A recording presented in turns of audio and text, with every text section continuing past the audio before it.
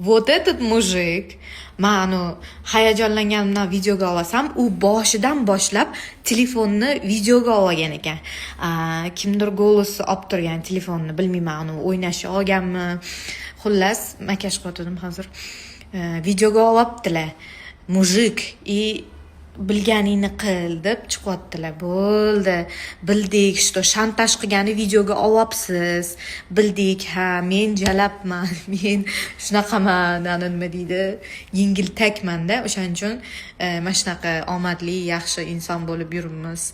Ha, biz nima deydi, biz bilamiz-ku, sizni qanaqaligimizni. Bo'ldi, endi tinchlaning. Ha, men o'shanaqa xiyonatkorman, ha, men qipijman.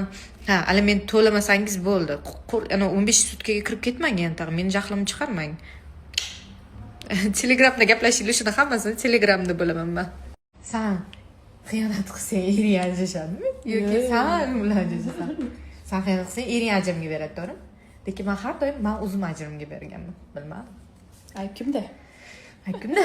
Ayb Xonzodada. Yeminga.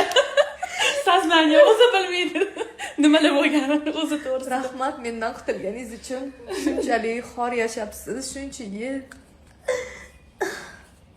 Video bo'lgan. Lekin o'lib qoldim o'sha joyga. Ana, men shuncha yildan bir 7 yil yashading-ku, yoqmasa 1 yilda ajrash, hop 3 yilda ajrash, 7 yil yomon hayotda yashamaydi odam, 7 yil o'tirmaydi. Yo, men urib kelganman, so'raverayman. Ajrashmaysan, tushundingmi?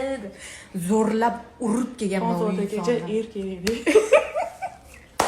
Urib kelganman majburlab bitta xonada. Dressirovka qilib kelganman, lekin oxiri jonim yetib bo'ldi, ajrashaman. Mayli deb, yana o'zi bor sizga berib kelgan. Ужас.